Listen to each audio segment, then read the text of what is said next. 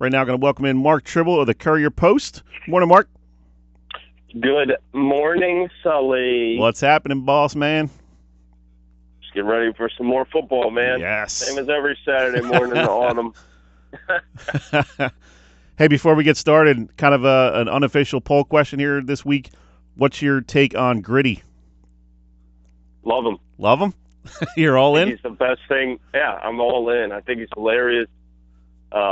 I think he's the best thing. I'm not an enormous mascot guy, honestly, but if you're going to do it, you might as well be wacky and weird with it. I think the Fanatic's kind of proven that. If the Fanatic, honestly, as good as the Fanatic is, and it's the best mascot around, if that thing got unveiled tomorrow, people would be like, what the HE double hockey sticks is this? It would be the same thing. You're just used to them. This giant green thing with a horn for a nose, and who rides an ATV around and shoots hot dogs. You're just used to them. But honestly, it takes some getting used to, obviously. So I like Gritty, man. I'm all in on him. I knew we'd get a hot take from Trible. Your other colleagues were a little more measured in their assessment. I would call that a hot take. Yeah, well, I mean, they're all what, 15 to 20 years older than me. They're a little bit more conservative in their viewpoints, I think. I've embraced Gritty now. The Twitter's helping out too.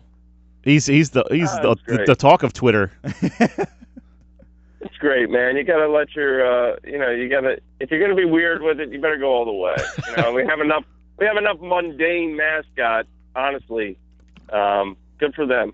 I think he has more Twitter followers than Mike Francesa already. Very, very close. Wow.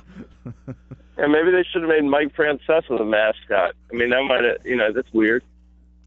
As far as mascots go, I got to give some props to South Jersey Field of Dreams. They came up with a mascot a couple years ago called Goodwin. It's like a big gopher or something.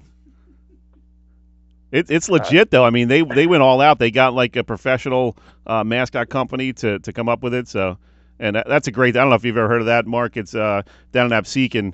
It's a baseball field for kids with special needs, and man, they do a great job. And they got the mascot going, Goodwin. Cool, man. I like gophers are a good mascot. Anytime you get gophers or woodchucks, groundhogs. I'm pretty sure it's a gopher or something like that. Yeah. Caddyshack will speak to that. I mean, you get some rodents. Beaver. It's always a positive. Those giant teeth, in the front. Goldie gopher for Minnesota, obviously it's a classic. There's a lot, man. A lot of cool mascots, but Gritty might take the cake. I'm down with Brutus, man. Ohio State. That's a cool mascot. He's all jacked. He's been lifting. Yeah, I don't know about that, man. I mean, first, I'm not even going to get into this, but Ohio State's mascot is a nut that comes off a tree. I mean, that's it. And you know what? It's the Buckeye State, but the tree isn't only indigenous to Ohio. So I don't even understand why that's the mascot in the first place. So I'm not, I don't want to go on a rant here. I want to talk some football. Well, in keeping with strange nicknames, fill me into some knowledge here. What is a chimera? Some fire-breathing dragon or griffin, I think. Oh, okay. And I think it's the chimeras. I think it's chimera. Chimera? Okay. I'm saying it wrong? I guess. I'm not sure. I thought it was pronounced that way, too, until I went to the game last night, and the announcer was saying chimera, so I'm going to act like an expert after one day.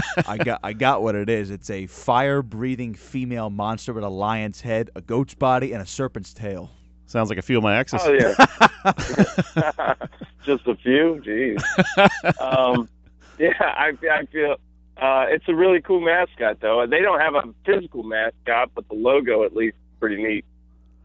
Let's talk about the Chimeras, man. Big win for Willingboro over a pretty good Cinnaminson team. What does that do for these guys?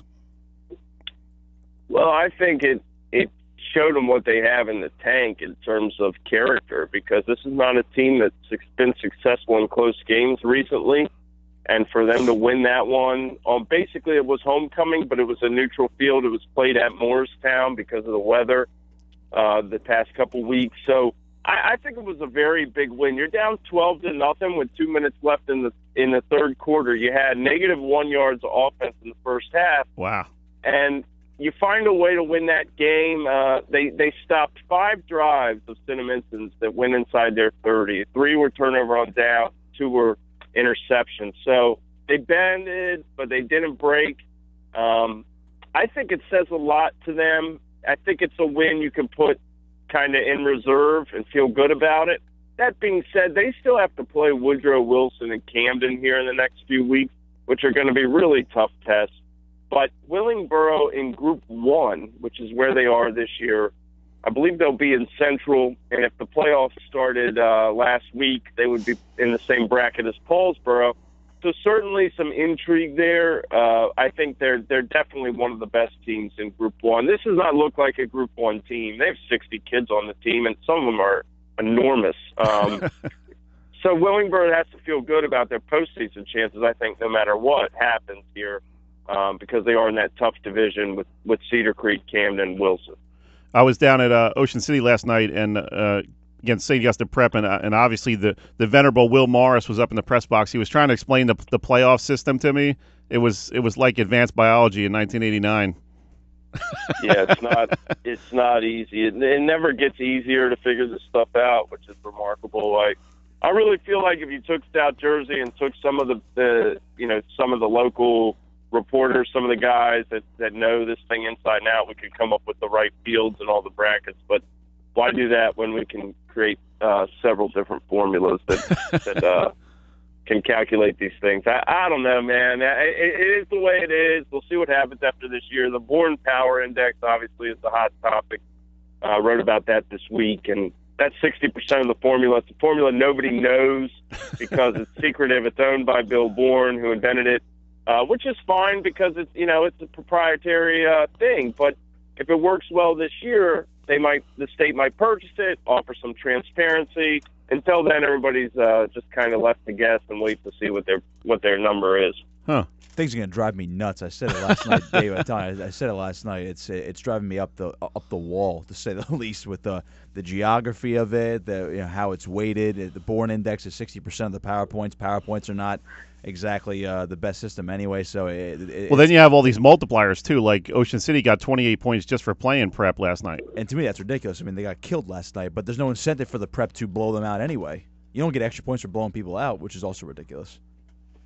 Well, they did. They did have some extra points for blowing them out early on, but nobody even knew what that feeling was. See, no one knows what's going on. You know what? Honestly, when it gets to this, I know there are reporters, and may the sun continue to shine on them, who can figure these things out and come up with the PowerPoints and do an Excel spreadsheet, plug in the values. But I can't do it. I hate math. I'm like, all right, whoever's in the playoffs, just let me know, man. Tell me where I'm going. Right. I'll break down the math. That's why we took up journalism. Yeah, I'm not. This isn't a beautiful mind, and I'm not Russell Crowe. I'm not. I'm not going to sit in a room and figure all this stuff out. Talk with Mark Trible, the Courier Post. And Mark, what's your take on Clearview? You got a real nice win over a pretty good mainland team last night. Scored late with 15 seconds to go to pull off that win. Nice win for the Pioneers. Yeah, it's good for Coach Scanlon and company. He's been there. I think this is his second year. Could be his third. Really, I think it is his second. He's really trying to help change things around there. They had a huge win against Paul Sticks last week in blowing them out, and momentum certainly going in the right direction. People forget this team lost to Highland by 10 in week 1 or 0 week or whatever the heck it was, but their first game of the season, they lost by 10 to Highland in a really close game, and Highland, of course, beat Timber Creek last night in what was the game of the week. So, I like what's going on over there in Mullica Hill. Mark, what's your take on Highland? We talked to Kevin Minnick about that game. Real nice win for them over Timber Creek. Kind of almost a program-defining type win for them. Kevin said it's probably a bigger game for Highland than it was for Timber Creek, but this team's 5-0 and really rolling right now. Yeah, I think it's the first time they've ever been 5-0 in school history. This program has grown incrementally over the past few years under Brian Leary's leadership. And I would say last night was probably the biggest win they've had. And, I think they got the ball rolling towards the end of the season last year. They went into Burlington Township and hammered them in the playoffs. And I think it was 41-0. They ended up losing to Hamilton, but really some positive momentum. Johnny Martin's so good. I think with him, Jaden Abrams, Jada Byers, the three best backs of South Jersey, three of the better backs in the state right now, yardage-wise. Johnny Martin certainly has been good. The lines are very good. Brian Leary can just coach him up, and it is a big win. It can be program defining, I would say. We'll see what happens the rest of the way. They still have a big date with Burlington Township. I think it'll be a very good game. I think whenever you win a game like that, Sully, with all the hype, and if you put it up on the mantle as this is the game we got to win, it can be hard to come back from that. But I don't think that'll be the case with Leary in charge. I just think he's got those guys grounded. So I think it is something that will kind of push them into a new direction. Mark, real quick before we let you go, what's on tap for today? Oh, we're heading to Hamilton, baby. It's St. Joe and Hannaffield, and a game many have looked forward to since the schedule came out. We've kind of seen how these two teams have dominated their way to undefeated records thus far. So, Jada Byers and an outstanding offensive line. You got Jay Foley, Johnny Foley, David Smith, and obviously Coach Frank Delano on Hannafield's side. It's a non-traditional matchup. And it's one that really, with the advent of the new schedule for West Jersey Football League, this is the type of stuff that we've come to expect, and it's great for football. Awesome, great stuff. As always, Mark, got to let you go, but appreciate your insight and your hot take on Gritty. I'm in the Gritty committee, buddy. I'll talk to you later, Sully. Nice, awesome. Thanks, Mark.